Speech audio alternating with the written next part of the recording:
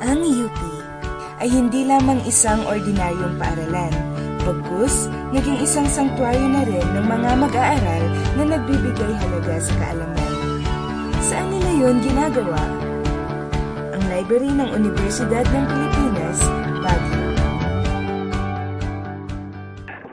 Ayan ang library ng UPB kung saan nag-aaral at gumagawa ng mga pananaliksik ang mga estudyante, lalong-lalo ng mga graduating students na gumagawa ng kanilang thesis. Alam mo ba?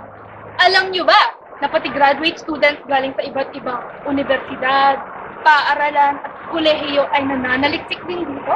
Tama ka dyan. At dahil dyan, ipapakita namin sa inyo ang iba't ibang bahagi ng library, lalong-lalo na ang Cordillera Section at Northern Luzon Archives Collection. Tara!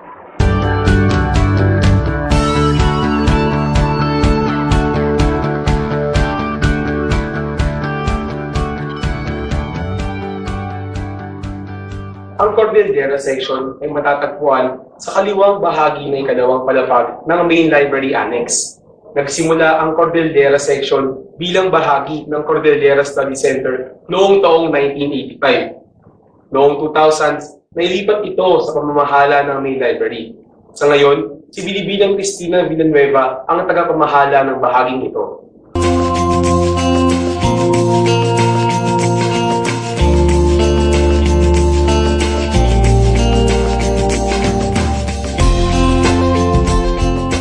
Layunin ng Cordillera Section ay magbigay ng sapat at mapagkakatiwalaang materyales di lamang para sa mga mag-aaral, kundi maging sa mga mananaliksik na gumagawa ng mga aralin ukol sa iba't ibang aspeto ng rehiyong Cordillera Administrative Region. Ang Cordillera Section ay naglilikom din ng mga materyales na sumusuporta sa patuloy na misyon ng UPB na mas mapaunlad ang tungkulin nito sa mga pag-aaral tungkol sa Cordillera. Nakatuon ng pansin ng Cordillera Section sa kasaysayan, etnografiya, entrolohiya, lingwahe at literatura, material na kultura, mga isyu sa mga ancestral na lupain, kalikasan, kasarian at kaunlaran, customary laws, at iba pang kaugnayan na interes na nilalayon ng pagpapaunlad o pagpapalawak ng kaalaman at pagkakaintindi sa pamamagitan ng paglunsad ng mga panagsasaliksik sa mga indigenous people ng Cordillera. Matatagpuan dito ang iba't ibang kagamitan na maaaring gamitin pang saliksik tulad na lamang ng mga libro, pamphlets, tala-arawan, dyaryo, at audiovisuals. Ilang sa mga koleksyon matatagpuan sa Cordillera Section ay mahigit kumulang ng 100 na libro, mga Cordillera monographs, mga iba't ibang artikulo ng mga dyaryo tungkol sa pangyayari sa Cordillera, mga tala-arawan, magazine at newsletters na inilathala ng mga akademiko, pamahalaan at pamahalaang institusyon. Mayroon din mga mapa ng Cordillera. Lahat ng mga materyales na matatagpuan sa Cordillera Section ay ukol sa mga katutubo ng Cordillera tulad ng mga bontok, ibaloy, pugaw, isnig, kalinga, kanikanaay, at iba pa. Ang paggamit sa mga materyales o kagamitan ng Cordillera Section ay limitado lamang sa loob ng library. Upang makahiram ng materyales, alamin ang call number at format ito mula sa OPA. Punan ang library card o periodical slip at iwanan ang ID sa kawani na nakatalaga sa Cordillera Section. Bilang isang patakaran ng library, ang mga hindi estudyante ng UPB na nagdanais gumamit ng Cordillera Section ay kinakailangang humingi ng pahintulot mula sa head librarian ng UP Main Live at magbayad ng 50 pesos sa bawat araw ng pagbisita at paggamit. Ito ang Cordillera Section. Pumunta naman tayo kay Mark para sa Northern Luzon Archives Collection. Pumunta naman tayo sa isang bahagi ng library kung saan bihirang magpunta ang mga estudyante at ang madalas na magpunta dito ay ang mga socio-anthropological researchers.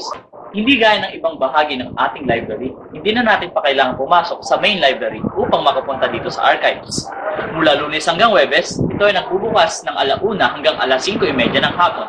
At tuwing Biyernes naman, ito ay nagbubukas mula 8:00 hanggang 12:00 ng tanghali.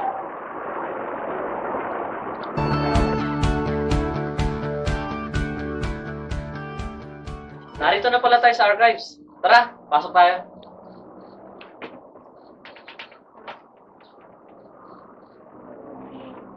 Babala, bawal maghawak ng kung ano-ano. Gumamit ng guwantes kung kinakailangan. Kinakailangan natin magsuot ng guwantes dahil kailangang ingatan at lumana ang mga gamit na narito sa archives. Dahil karamihan ng mga narito ay mula pa noong taong 1897.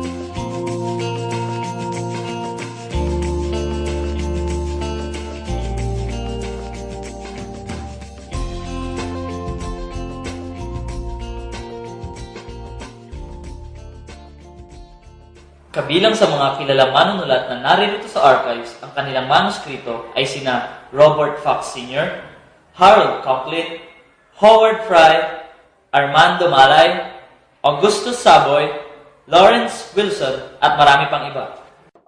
Mayroong tatlong layunin ang ating archives. Una ay ang mas mapalalim ang pananaliksik sa kasaysayan patungkol sa ating universidad at ng buong Cordillera.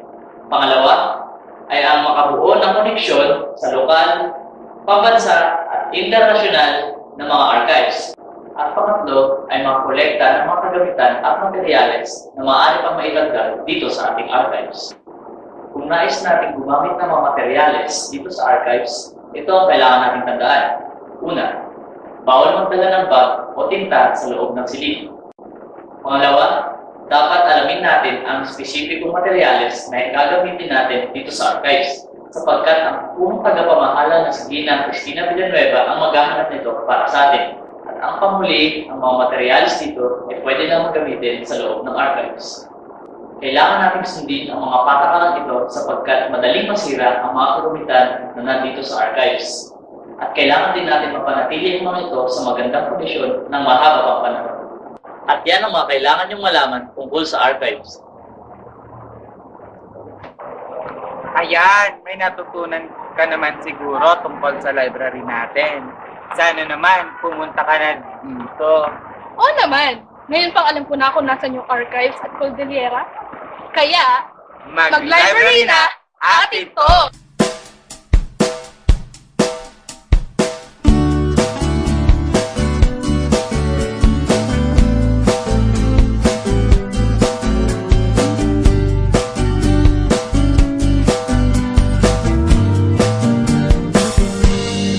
Talk to you tonight.